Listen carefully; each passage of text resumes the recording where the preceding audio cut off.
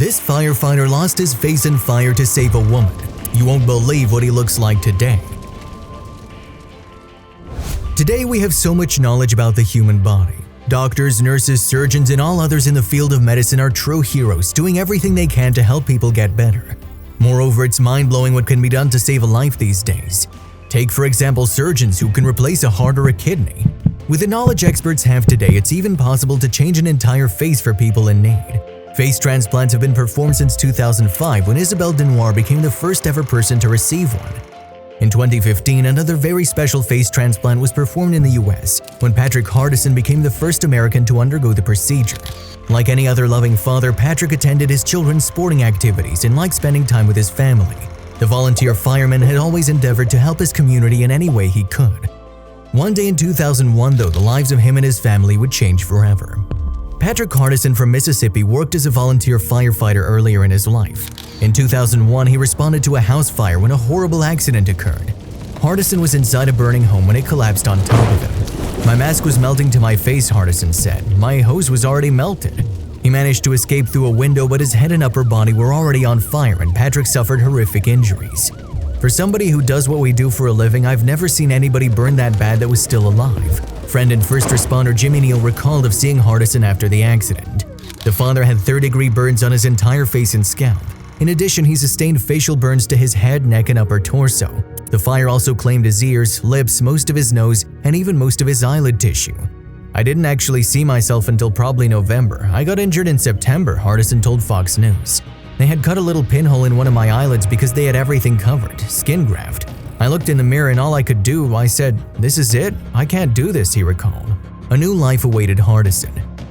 He underwent 71 surgeries and several other procedures but was still unable to form normal facial expressions. Patrick couldn't eat or laugh without feeling pain and he couldn't even blink or close his eyes.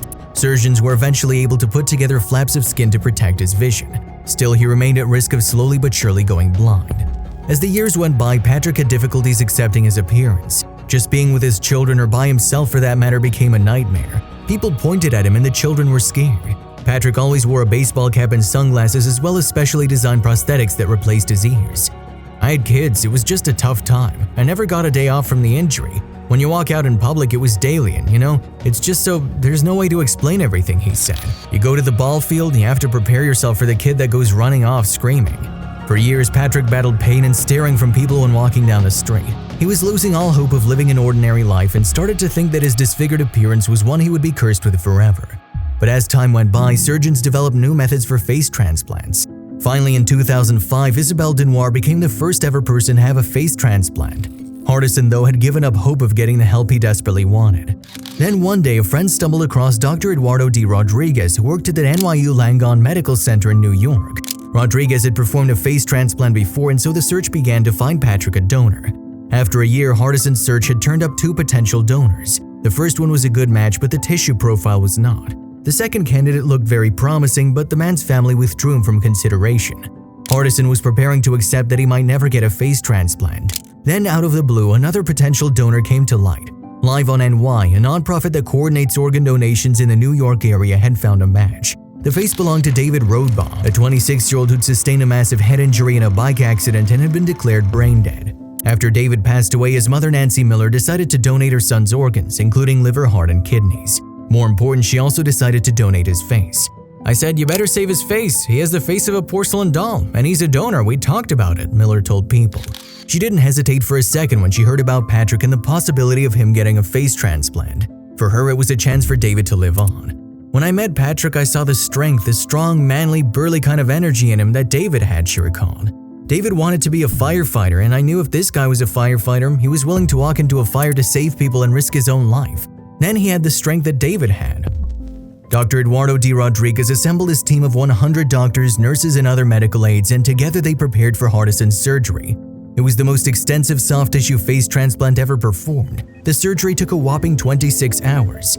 The medical team gave Hardison a new face, scalp, ears, and ear canals. They selected portions of bone from the chin, cheeks, and the entire nose. Not only that, but Patrick also received new eyelids, returning to him the ability to blink naturally. But the surgery was not without risk. Due to the nature of the highly complex procedure, Patrick only had a 50-50 chance of surviving. "Everything in life has a risk," Hardison told Time magazine. When it's your time to go, you'll go, whether you're walking down the street and get hit by a car or you're lying on the operating table. Prior to the surgery, Patrick met his family for what could have been the last time.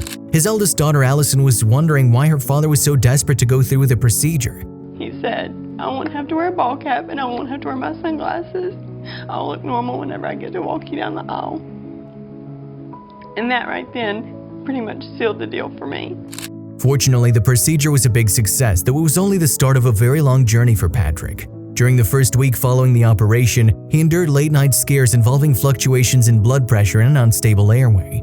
The new face also meant that he had to learn how to speak and swallow again, and he suffered from both anxiety and bouts of frustration because of it. He couldn't even close his mouth because his face was so swollen. Despite all that, the surgery was life-changing. Not only did Patrick experience the joy of seeing his family again, but he also got to meet David Rodenbaugh's mother, Nancy Miller. Their first encounter after the surgery was an emotional one, and it turned out Nancy had one request. I said, "Can I kiss your forehead?" Miller said. "That's the one thing I wanted to do because every night before David went to bed when he was little, I kissed his forehead. I've been waiting a year to meet her. I'm just very grateful," Patrick said. "Without her, it wouldn't have been possible. It's like she's family. We connected that easily." It's now been 7 years since Patrick underwent his face transplant. Since then, his life has changed plenty. He and Chrissy divorced a year after the surgery following 10 years of marriage.